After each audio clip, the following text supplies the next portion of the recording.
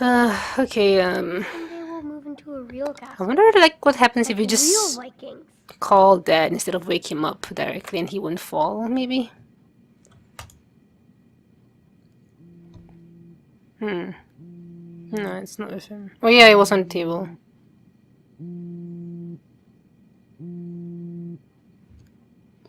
Okay, I think we're kind of done. Yeah, we unlocked everything, so it's time to wake Dad up. I don't think I've missed anything. Let's go through this again. I hate seeing him like this. Hmm. Dad, you sleeping? Hey, wake up. Dad, come on. Huh? What? Do I have to watch this again? Who's there? Who's that? Dad, it's just me, Chris. Whoa, whoa. Hold on, buddy, okay? Jesus. Dad! Fuck! Dad, are you okay? Do I look okay? No. I tripped. Can't even watch one goddamn game.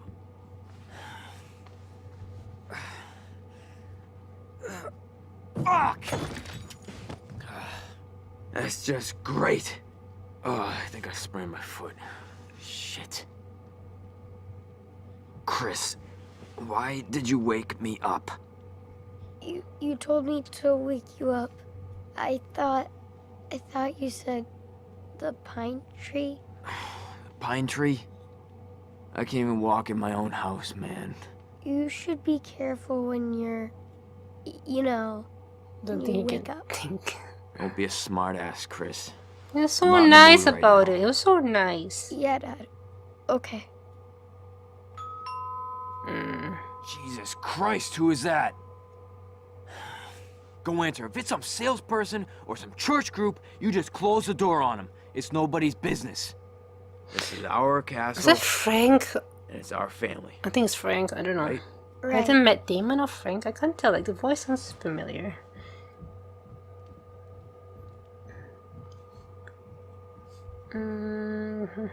Oh yeah, I'm like googling it right now. It's Frank. He's Frank. Oh my, look at you. What kind of costume is that? I'm Captain Spirit. Of course you are. We need all the superheroes we can get. And how are you doing, Chris? Good, Mrs. Reynolds. Just, Just?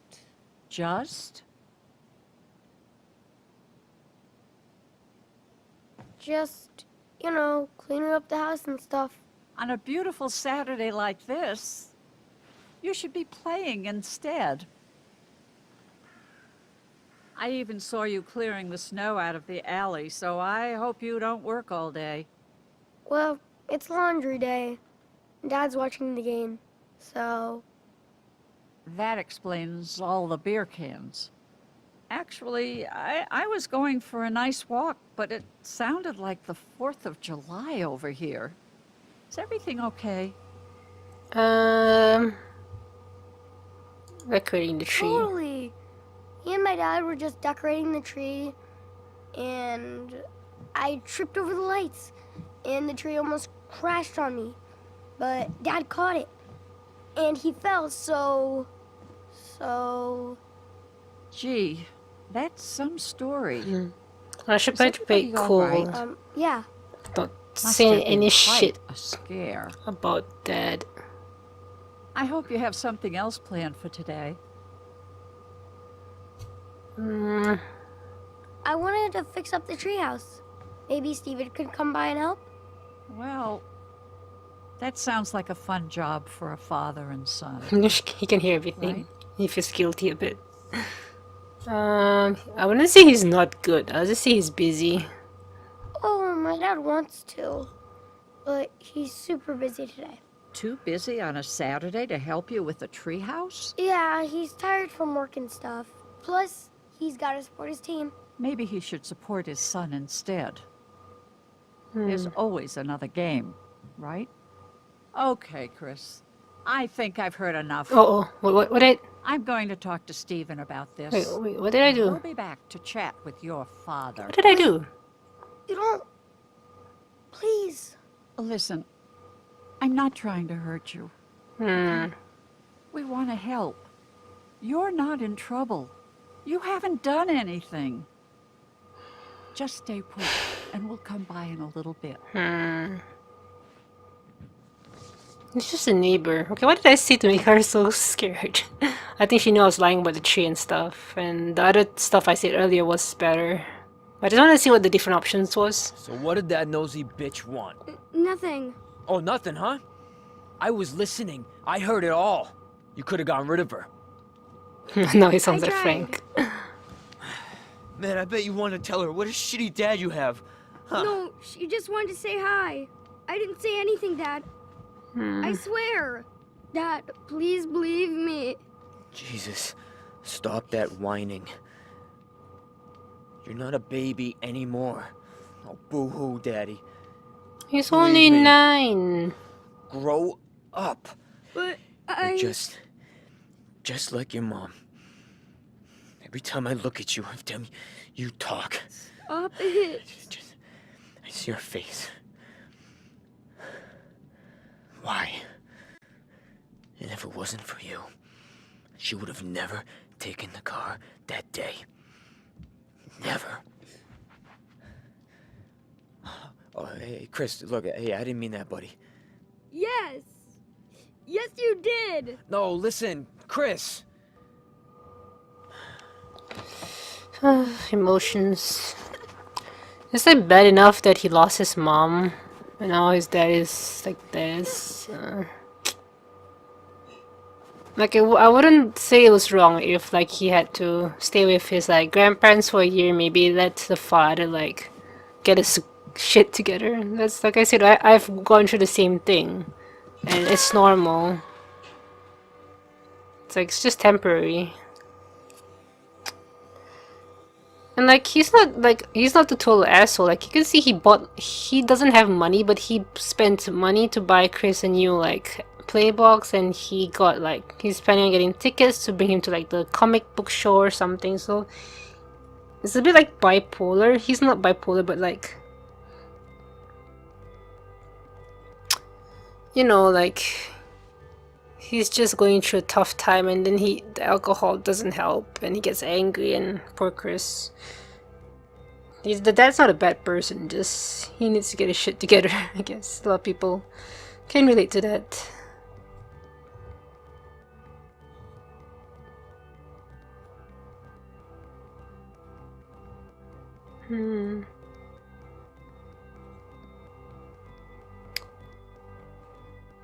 Okay, went through round 2 again, the feels.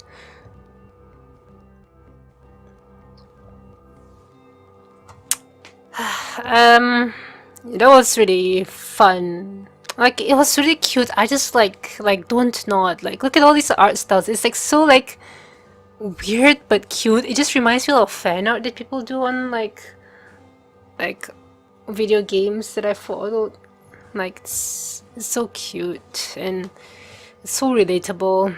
Like, the mom's also like an artist, and the comics that she make are really sweet.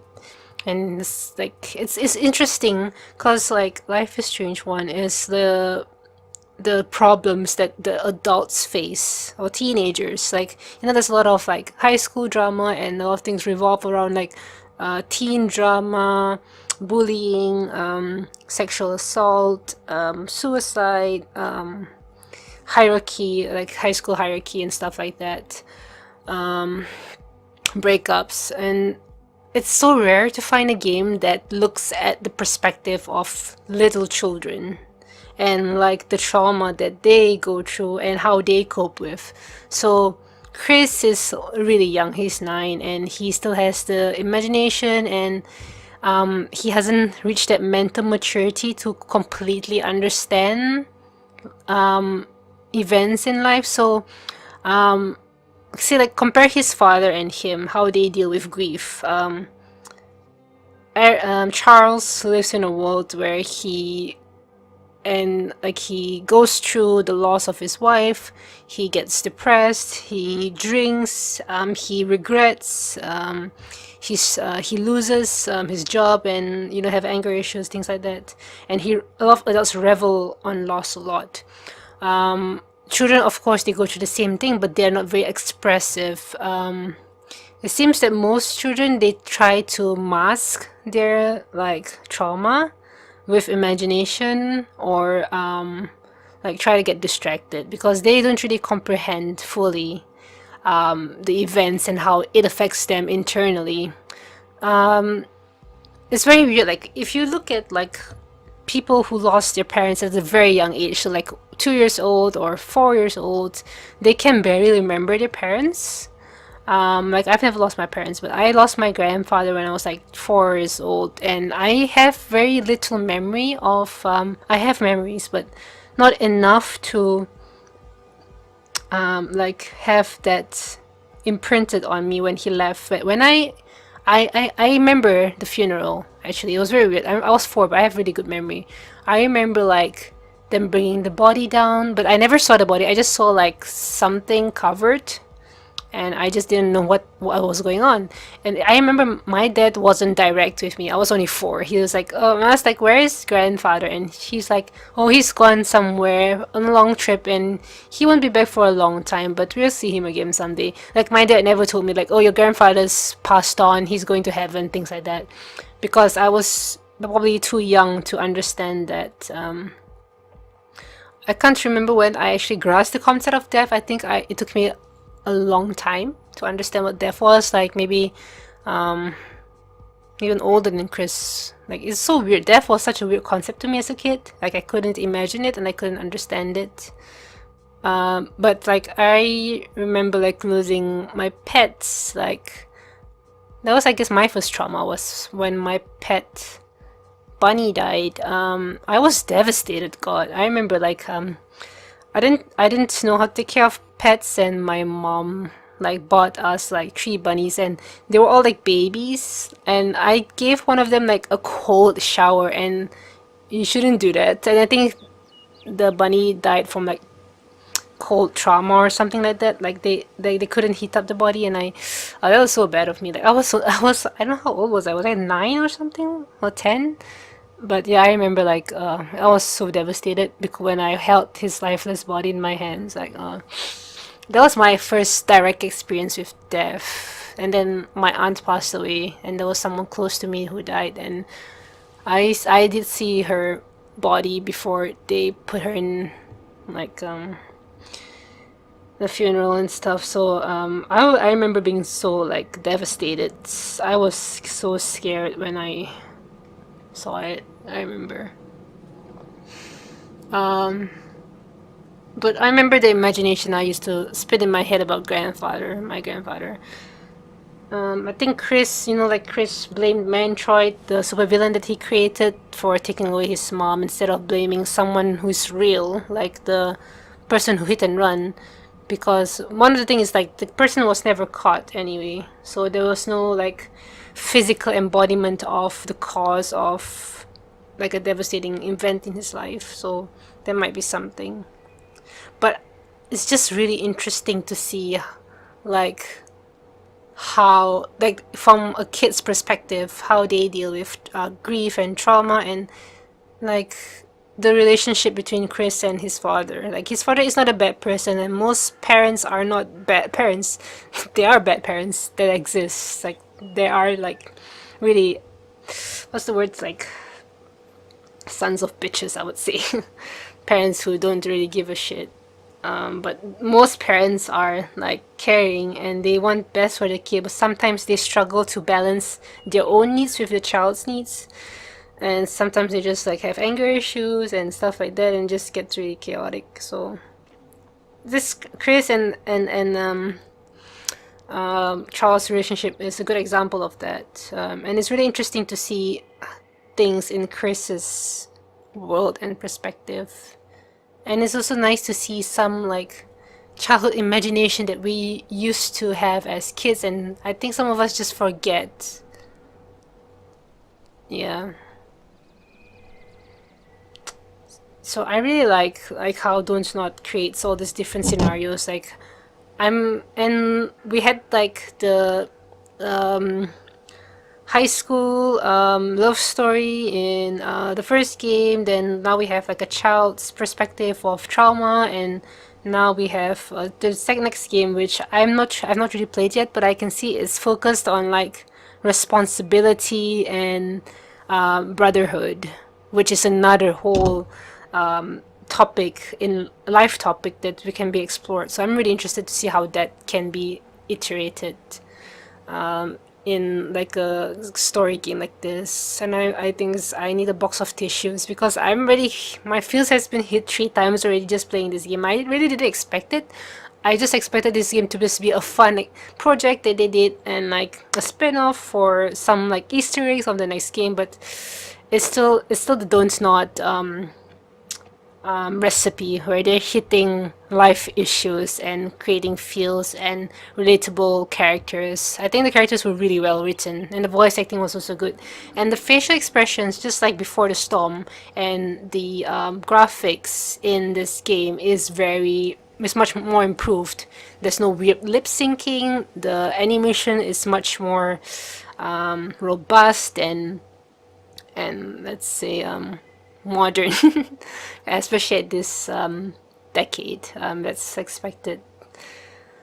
So yeah, that was really fun. Interesting experience, and I did unlock everything now. Yeah, I'm gonna go get the second game and play that very soon. So let me know what you guys think about this game. I know I promised to play it like months ago, but I didn't have time. But now I do, so I'm so glad that I actually managed to get this done. And let me know what your opinions are about the game and about the characters in the spin-off, and just comment below. And I will see you guys in my Life is Strange 2 video. See ya!